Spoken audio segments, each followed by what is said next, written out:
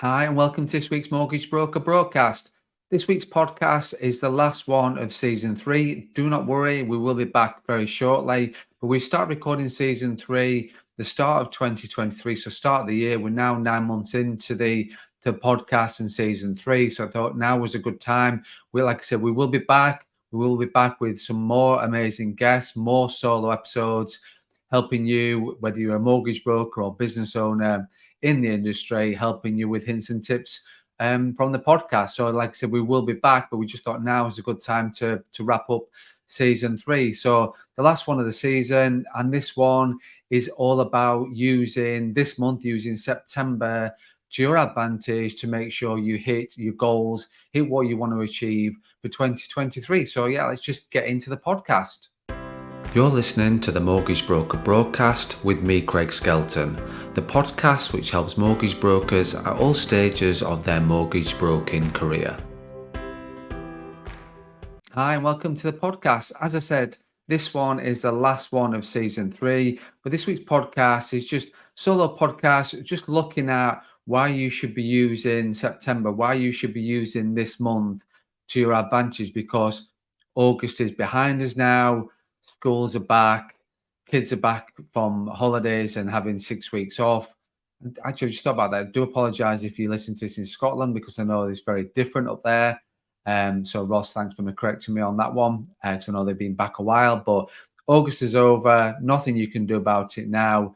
Kids are back. You might have had time off yourself. You've had other priorities during August, other areas to focus your attention. Understandably, if you've got a family, especially if you're self-employed, taking some well-earned time to spend with family, which I know a lot of brokers have done during August. And August is generally slower from a new business point of view, which I think it was from looking at the industry and talking to other business owners.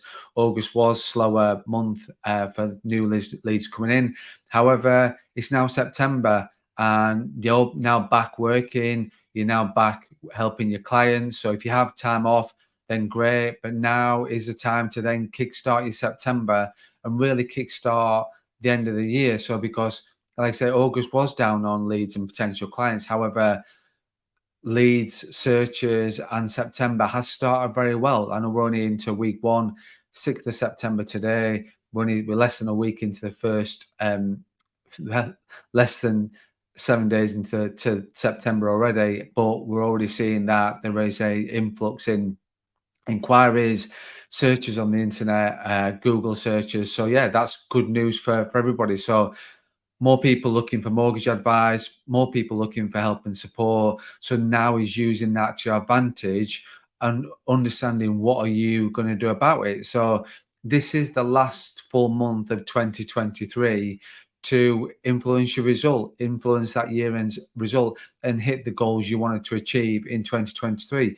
This is the last month, last full month to do that. Yes, you can still do things in October, November to improve your bottom line, but this is the last full month of purchases, the last full month when you can actually have a real good impact on what 2023 looks like. And it's also as well about, if you have had time off, if you have had some break, it's about getting those habits back, maintaining those habits, stacking on new ones. If you're looking at getting new habits, habit stacking, which I've covered before, looking at that in terms of maintaining your existing habits and stacking on new ones, or rebuilding old ones as well. Like, say, you might have had some time off in August, get back those habits now. Week one is a great time in September to get those habits back, or even build totally new ones as well, because, like, say, you've got 3 full months left. A lot of brokers take December off, so you've got 3 full months left, September, October, November, with regards to your business and your habits. So get back to those actions and make sure that you are impacting on your business. Stay away from the distractions, as I've always said. This month really is about taking action. And some brokers that I know who've given me some feedback already on their September, they're really making impact and really taking action for this month, because they've had that time, they've had a bit of a break in August. They're coming back, refresh, recharge, taking action, which is really great to hear. So look at now, what does September look like for you? What are those goals?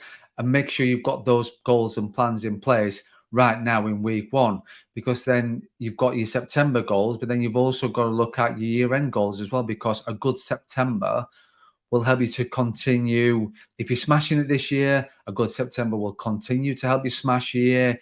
If you're on track, you're looking to get September to maintain it and keep you on track for 2023.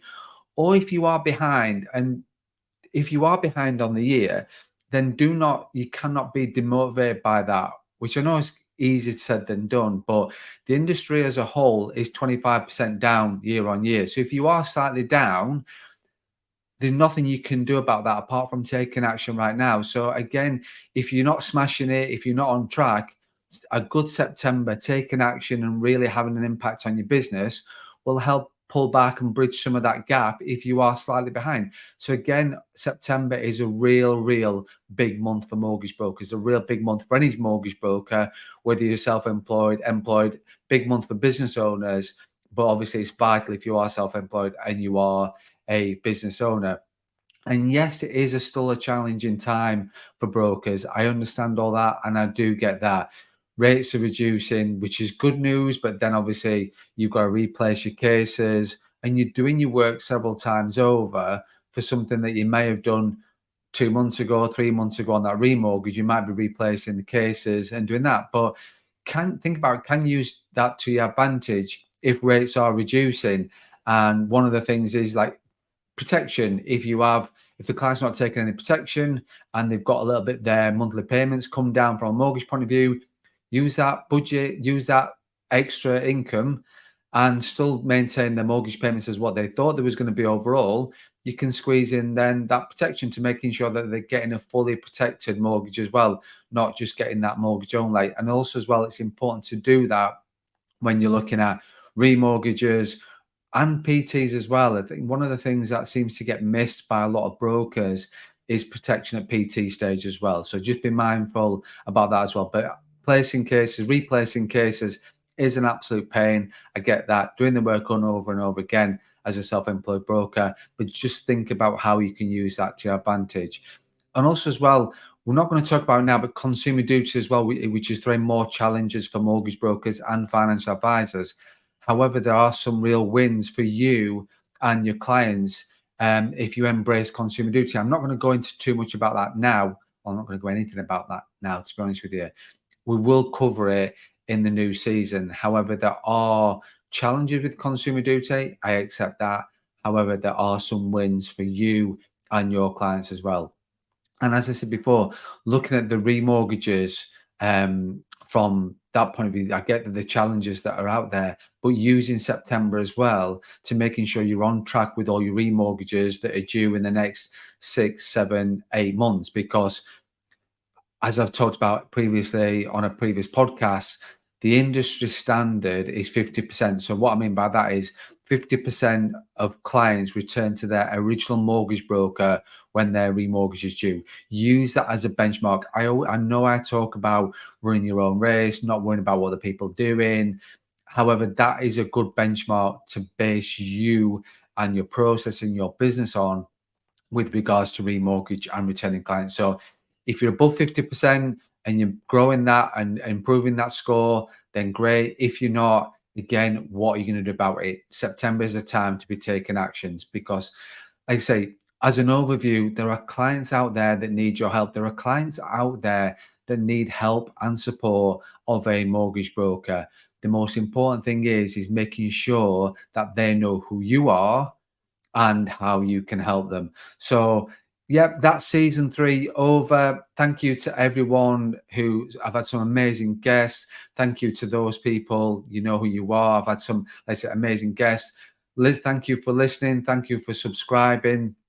Thank you to those that have sent me direct DMs on to say how the podcast has helped them. So thank you to those people as well. And as I said, we will be back for season 4 very shortly. We will be rebranded. We'll be looking at something new, but it will still be a podcast that is designed for mortgage brokers, self-employed mortgage brokers, and podcast is designed for business owners and business firms in the mortgage broker space. So any topics you want me to pick up on season 4, please reach out. You can send me direct messages on anything like that, or put any comments or feedback or your thoughts in any whatever platform you listen to the podcast, if you're watching it or listening to it, any hints that you want putting into season 4, then please reach out. More than happy to take back on board your feedback as always. If you're thinking about becoming a self-employed mortgage broker, or if you're looking to set up your own mortgage broker brand and business, or if you're looking to accelerate your existing mortgage broker business, get in touch so we can discuss how I can help and support you achieve your goals and your plans. And as always, don't forget to run your own race. Thank you for listening to the Mortgage Broker Broadcast, the podcast which helps mortgage brokers at all stages of their mortgage broking career. If you have any questions about this podcast or any topics you want us to discuss, or if you're interested in working with me further, then please get in touch.